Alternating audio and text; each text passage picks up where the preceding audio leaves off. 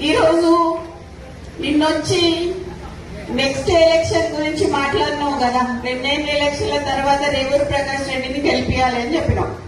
రేవూరు ప్రకాష్ రెడ్డి అంటే పరకాలకి తెలియదు, పరకాలంటే రేవూరు ప్రకాష్ రెడ్డికి తెలియదు ఎలక్షన్ల ముందట. అవునా కాదా? ఎవరొచ్చిండు? కొండా మురళి వచ్చి తిరిగితే రేవూరు ప్రకాష్ రెడ్డి గెలిచిండు.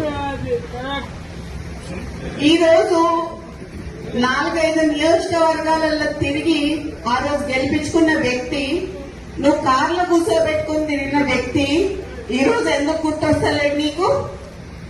అంటే ముఖ్యమంత్రి అయితే కళ్ళు నెత్తికెక్కినాయా అని అడుగుతానా నేను నిన్ను? నాకు భయం లేదు. ఇవాళ పోతే రేపు 2 నాకు. ఎందుకు అని అంటే నా బిడ్డ నా కొడుకు ఎవరన్నా చూసుకుంటారు వాళ్ళని. నేను ప్రజల కోసం పనిచేసేదాన్ని, నేను ప్రజల మధ్యలో ఉండేదాన్ని. ఈ రోజు మా నాన్న నాకు అట్లే పెంచి ఈ రోజు రేవంత్ రెడ్డి గారిని నేను కొన్ని ప్రశ్నలు ఏదలుచుకున్నాను. దాంట్లో భాగంగా మీరు మొదట పిసిసి కావాలని కోరుకున్నది కొండా సురేఖ, కొండా మురళీధరరావు గారు.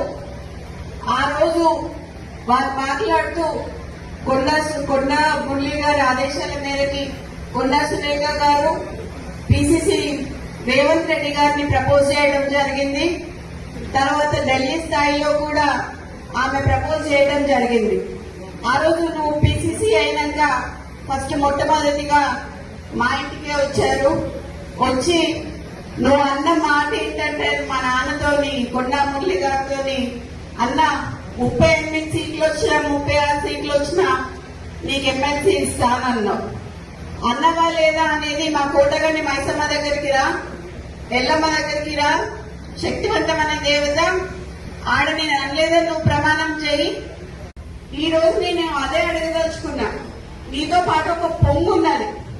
ఆ పొంగు ఎక్కువసేపు పొంగదయ్యా, పోతుంది.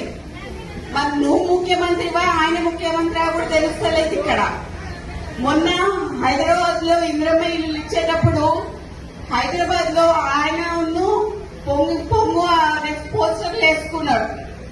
మరి అక్కడనే హైదరాబాద్ ఇన్ఛార్జ్ అయిన పొన్నం ప్రభాకర్ గారి ఫోటో వేయలేదు.